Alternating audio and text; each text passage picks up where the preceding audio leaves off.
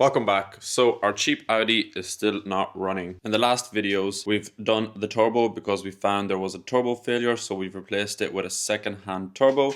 We've checked all the EGRs, all the piping and everything here. Then we found out that it's still running lumpy and we've done a diagnostics on it. When we done the diagnostics on it, we found out that 2 of the injectors are bad. As when the turbo failed, it was putting oil into 2 cylinders, which is why I think the 2 of the injectors were running poorly. We've took them out, we cleaned them, but it didn't help. We've also tried to do a fuel system purge, which didn't help. It made it a little bit better, but didn't help. So we've done the purge system clean. We've took out 2 of the injectors, cleaned them, put them back in, but it didn't make any difference. We've changed the turbo. It is running a little bit better, but still misfiring badly. So hopefully in this video, we find out what's wrong with it. So the plan for today is to do a compression check to make sure when the oil went in from the turbo failure into the cylinders, it didn't do any damage to the actual cylinders themselves. Also, we're going to check the timing, make sure the timing is good. If the timing is good, we have good compression, well then I think I'm just going to buy new injectors for it. Well, not new, but refurbished injectors or second-hand ones that I know are good. And then hopefully that will solve all of our issues. So let's just hope once we check the compression, all the cylinders are quite even and up to the PSI that they're meant to be at. If the compression is good, then I'll just double check the timing. If the compression isn't good, we'll also check the timing, because if the timing is bad, the compression can be bad. And yeah, if the compression is bad, we're just gonna have to replace the whole engine. There's no point in repairing this engine in that case, because, well, it's just much cheaper to buy another engine and put it in. I really hope we don't have to do that, but if the compression is bad, I think we're gonna have to. So yeah, in today's video, hopefully we get to the bottom of the problem and we get this car running perfectly. Once it's running perfectly, we can do the bodywork, the interior, and list it for sale and make a profit so we can buy something even better. Okay, so let's start with the compression test.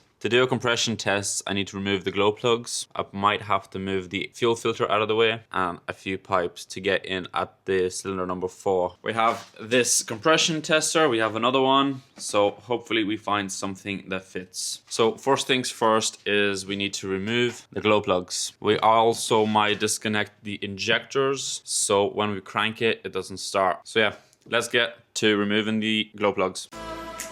Get away from this, baby, just get back, yeah. Just for this night, please don't look back, yeah.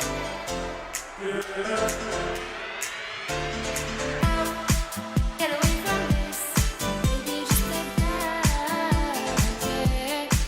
Just for this night, please don't look back. Okay, so remove the fuel filter, just move the lines out of the way, and now I have access to all 4 glow plugs. We've removed the first one. So now I'm gonna see if I have a fitting that fits in there, and then we can measure the compression. I've also disconnected the loom to the injectors, so the car shouldn't start once we're checking the compression. Okay, so I think I found the right connector. Let's try to screw it into the first cylinder.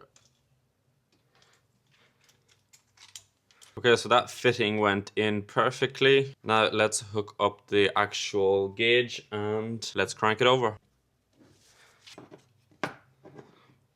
Okay, so the gauge is connected, we're at 0. Let's crank it over and see what compression we get.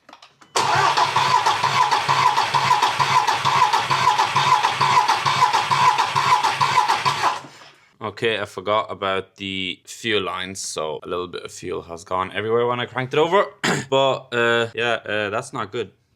That is really not good. Either I have connected something incorrectly, or cylinder number 1 has only 0 bar of pressure, which is a good sign. I'm just gonna double check that the gauge and everything is working fine. And if the gauge is working fine, we have a 0 bar of compression. So that could mean we have some valve stuck opened from all the oil that was coming in, or the piston rings have failed. Okay, so I tested this with a compressor and the pressure is going up, so the gauge is definitely working. But we have no compression in cylinder 1. I'm presuming we don't have compression in cylinder 2 also. So what could this mean? I'm presuming a valve could be stuck open from all the oil oil that went into it, a valve could be bent, a hole in the piston, the rings, or some other damage. So I think the next step is check the timing, remove the rocker cover, and see what damage there is inside. I mean, also it could be a blown head gasket, but I don't know if I have a way of doing a leak down test, because if I put air into the cylinder when the cylinder is top dead center and blow air into it, we should get air either coming out of the exhaust, if it's the valves, if it's the head gasket, out of the coolant. If it's the actual piston rings, then we should get air coming out of the oil. Maybe I'll try to blow some air into this fitting that we put into, and then we'll see if air comes out of anywhere. Now, check timing and start dismantling the engine to see what damage is caused inside.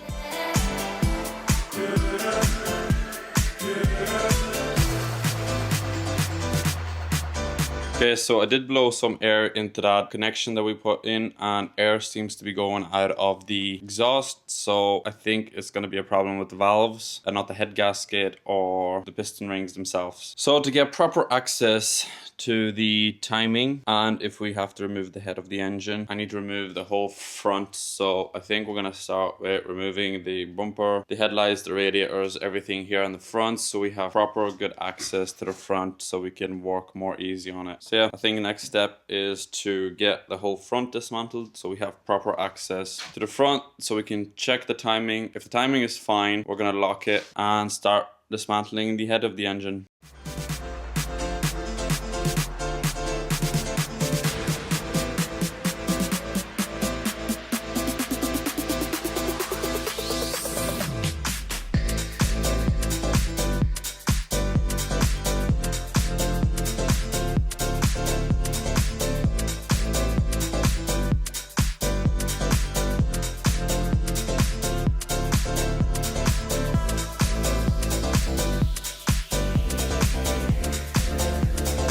Okay, so as you've seen, we removed the front bumper, the crash bar, so I got a little bit more access to turn the cam by hand. I put it to a position where both valves should be closed. I blew air into the glow plug and there's still air coming out of the exhaust sides. So either we have bent valves or they're just caked with oil and they're not closing properly. So really the best thing to do is to remove the head of the engine, do all the valves, see if they're bent, if they're not clean, clean them and stuff like that. So really, without taking the engine apart, there's not much you can do except by removing all the intakes, the turbos and everything again and cleaning them in through that side. But still, you won't get it perfect like you would when you remove the engine. I'm gonna see if I can borrow a boroscope, the camera that goes inside, so I could see and assess the damage, because I really don't want to take this engine apart, because if we remove the head of the engine, we're gonna have to replace the head gasket, everything. So if possible, I'm gonna attempt not to do that. So if I can get a boroscope, we'll go in and see what the damage is. If I can't get one, well then tough luck. We're gonna have to remove the head of the engine and see what damage is inside. I'm just presuming one of the valves got stuck, hit the piston, got bent, or it's just a little bit opened, but there is zero compression, so I'm guessing it's open quite a bit. So did it get stuck and the piston hit it, or did it just get stuck a little bit open from all the oil residue? I don't know. But what I do know is that it's definitely not right. So there goes our easy fix. So the cheap Audi is going to be a little bit more expensive than I thought, but it's still going to be a relatively cheap car. The valves, the head gasket, all that stuff doesn't cost much money, but obviously there's a lot of labor involved. So what I think I might do now is get this front off completely. So I'm going to go underneath, drain the coolant, and then we can remove this part off completely. We'll have better access to the timing so we can get it locked and everything. And then yeah, in that time, if I can't get a boroscope to check the inside with a camera, we'll just start removing the lifters, injectors, everything from the top and get the head off. Once I remove the head, we'll check all the valves, clean them up. If there's any bent, we'll replace them, bring the head to get skimmed, new gasket, and technically it should be fine. But when we remove the head, there also might be some damage done to the actual piston. If the valve got stuck open and the piston hit it, well then there's going to be damage done to it as well. But yeah, all of that can be repaired. So I don't really fancy doing an engine swap in this little garage, as I said before. So if we can fix this engine under a couple of €100, I think we'll just repair the same engine, because when we buy one from the scrapyard, we'll replace it and we don't know what we bought. We might have bought another engine that's just not good. So we'll be back where we left. So I don't want to waste any more time and just get this job done. So yeah, I'm going to remove the front now, drain the coolant. We might check the timing to see if the timing hasn't jumped or skipped. If the timing's fine, then I think 100% something's wrong with the valves. I am no expert, but that's what I assume it is. Okay, so let's get to work.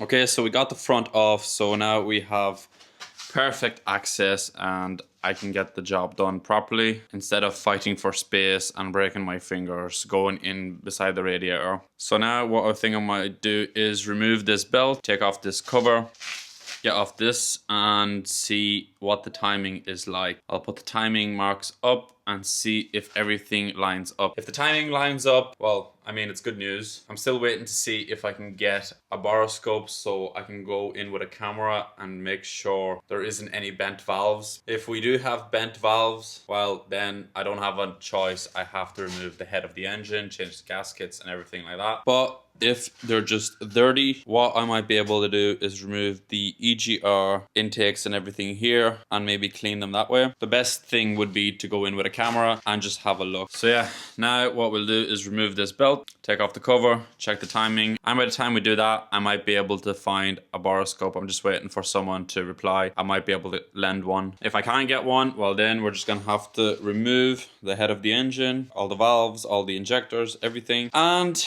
just check it that way. Okay, so let's get the timing check.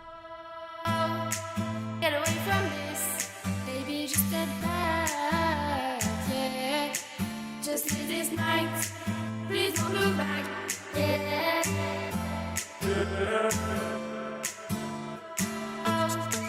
Get away from this, baby, just step back, yeah. Just live this night, please don't look back. Okay, I was turning the camshaft and I noticed that, well, in some places the belt gets very loose. So then you turn it a little bit and it becomes, well, again, solid. So now the belt is loose. Let's turn it a bit. The belt is tight.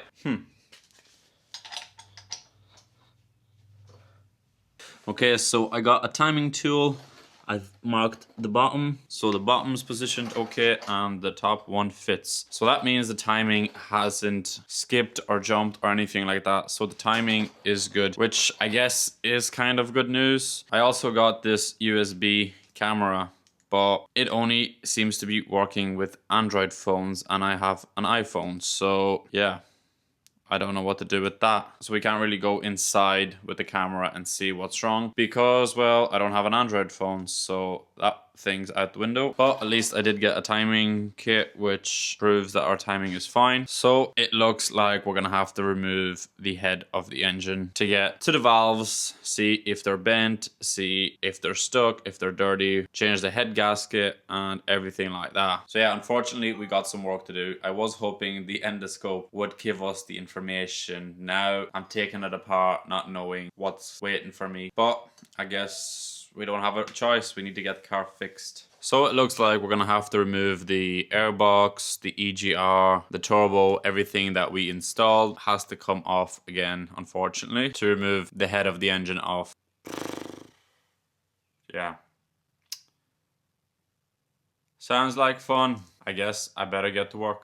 Get away from this, baby, just step back, yeah. Just live this night, please don't look back, yeah.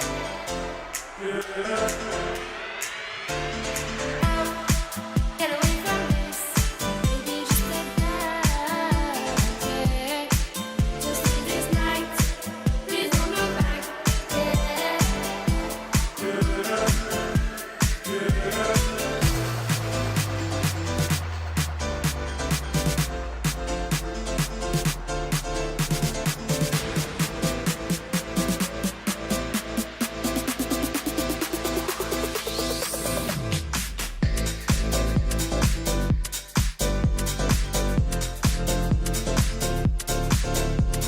So I got the EGR off and I was able to see the valves. So I turned the engine over and the valves are moving up nicely, sealing perfectly from what I could see. I called another buddy of mine and he has a professional endoscope that doesn't plug into a phone. It has its own tablet, its own screen. So he's going to come down shortly and go in and see if the cylinders aren't damaged. Hopefully the actual piston hasn't cracked or has a hole in it. That would be horrible news. It would mean we need to get this engine out. But he said his endoscope won't fit through the glow plugs, so we need to remove the injectors because he's going to go in through the top and then we'll be able to see the actual top of the piston, and maybe he'll be able to turn the camera around and we can check all the valves. So what I'm going to do now is take out all the injectors and wait for my buddy to come down, and we'll see what the story is with the inside of the engine, make sure that all the pistons are fine. If they're not fine, well, then this engine is coming out and a new one is going in. If all the pistons are fine, well, then I really don't know. Hopefully some of the valves are bent and I just didn't see correctly. So yeah, let's not waste any more time and get it ready for my buddy to put the endoscope into the cylinder. So I'm just going to start with removing all the injectors.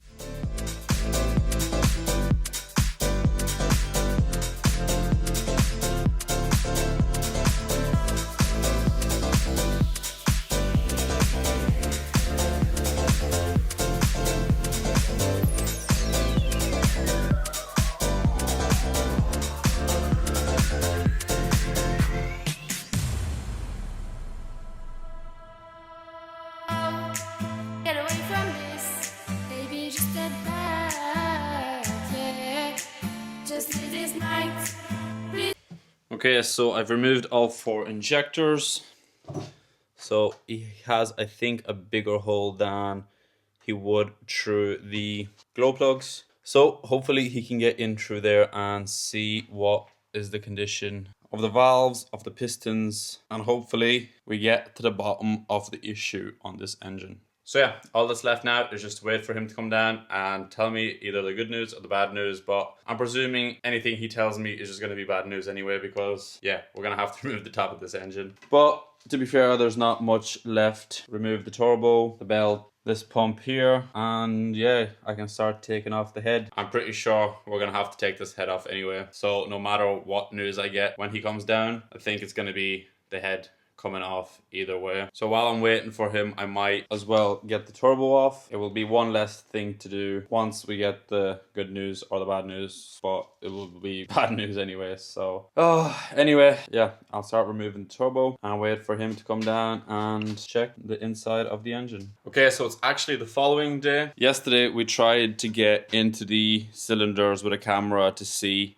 if there was any damage inside, but unfortunately none of the cameras we had would actually fit down the hole of the injector or the glow plugs. So basically today what I'm going to do is just remove the head of the engine, order a new head gasket. I'm going to bring the head of the engine to get skimmed, and yeah, that's it. The head of the engine is coming off, so what we have to do is remove the belt, the turbo, fuel pump, and I think pretty much that's going to be everything that we need to remove so we can get the head of the engine off, and then we can assess the damage that has happened to the engine and we can figure out if we can rebuild this engine or we should just buy a new one. Look back, yeah.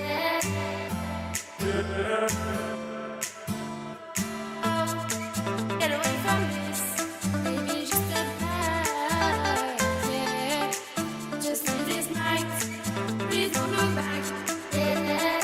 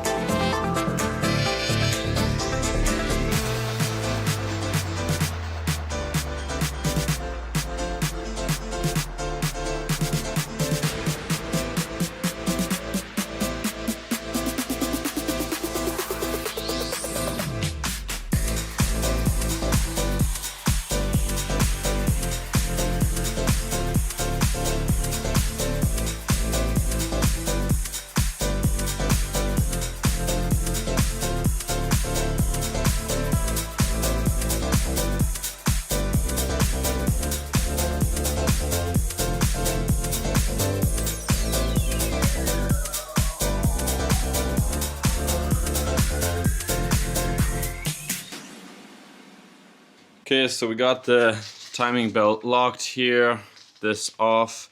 I put some spray paint on it so I know exactly where the bolts were, just for easier reassembly. I've nearly removed the turbo and there is still oil coming out of the first and second cylinder where there is no compression. So I'm starting to think that the turbo that we bought was not necessary. That either the piston or the cylinder head wall has cracked and now there is oil going into the chamber, which is then putting it into the hot side of the turbo and out of the exhaust. So yeah, as there was oil going into the intake from the turbo, from the intercooler, I was presuming it is a turbo.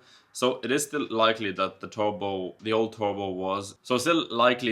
turbo was bad, but it's definitely not the only reason, because we have ran this engine for quite a while now. So I was expecting these ports that were full of oil that I cleaned up as well to be dry, but they're soaked in oil again. So that could only mean some really, really, really bad issues. So yeah, let's continue with the removal of the head of the engine and then we'll see, but it looks like we'll be looking for a new engine.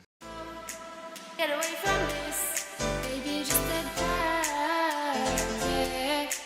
Just this night, please don't look back, yeah.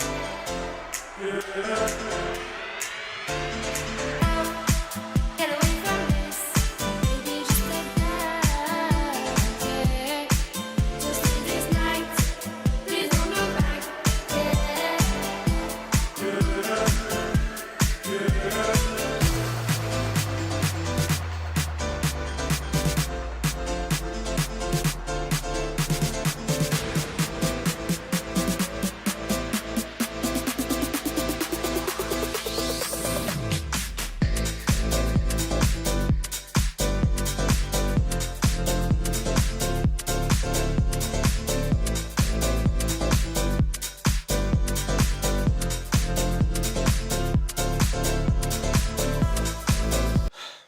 Okay, so we have finally removed the head of the engine. And look what we found.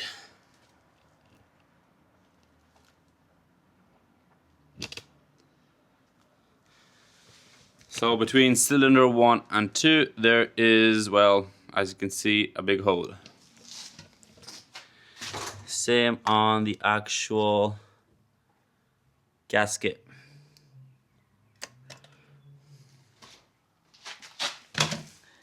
So as you can see, the gasket broke here. Everything else looks pretty much okay. So the issue of the car was this, and well, as I said, I don't know if the old turbo is good or if the turbo had failed as well, but yeah, that is definitely why the car wasn't running right. We do have some damage here as well, but very, very lightly. Nothing major. So yeah, looks like we need to get a new engine, or at least get a new head, new gasket, and see if I can repair this just by sanding it down. So something I thought I'll do from now on is on my new video, I will respond to the comments on the previous video. So in my previous video, we have Mr. Rockus 166. I wouldn't buy the Audi or the BMW as a daily. Both are more complicated and more expensive to repair. The power is nice, but you can get an Audi or a Golf with a 2-liter. With a 2-liter with 200 kilowatts, you'd get much better MPGs when cruising and the power when needed. Also a bit simpler to repair and maintain due to it being a smaller 4-cylinder. Bonus, you get turbo noises. You are 100% correct, but cars like that just don't excite me, so I don't think there is any point of me buying a car that doesn't excite me. So even though it is a really good option and a nice car to drive, but it's just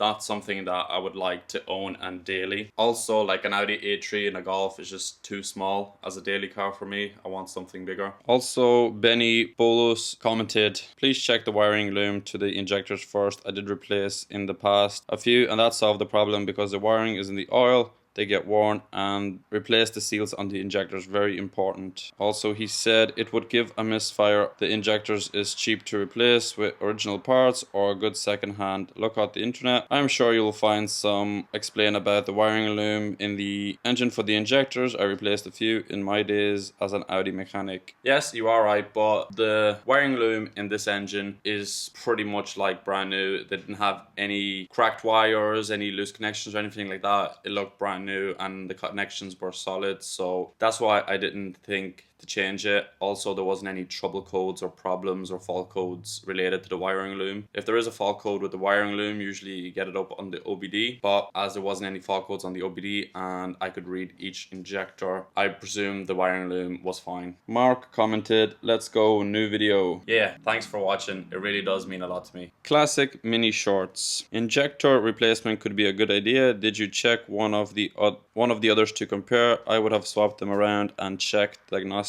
again. Also, seems like it's still burning oil. How is the oil getting in if not the head gasket? Well, you are 100% correct. It is still burning oil, and the answer to your question is, well, because there is a big hole in the head. Swapping the injectors around is quite a good idea, but on a diesel car it's more difficult to do because, well, it takes longer, so I just didn't bother doing it. On a petrol car where you can swap over the coil packs like really quickly, yeah, it's a good option, but I just didn't want to spend so much time swapping the injectors over, so yeah. Then we had Alex, who said, just to know, an injector on minus values will correct the one on too much plus values. Your injectors don't get met with right values. The values are on the moon. A healthy injector, new injectors should have 0.12 to 0.17 milligram stroke every over 1 milligram stroke. It's a problem. Your diagnostics doesn't show any modifications on kicking the gas. Check connectors first, but the injectors are showing any good values. Yeah, so you are right. The injectors were showing just stuff that doesn't make any sense. Also, I don't really have good OBD scanner to, well, properly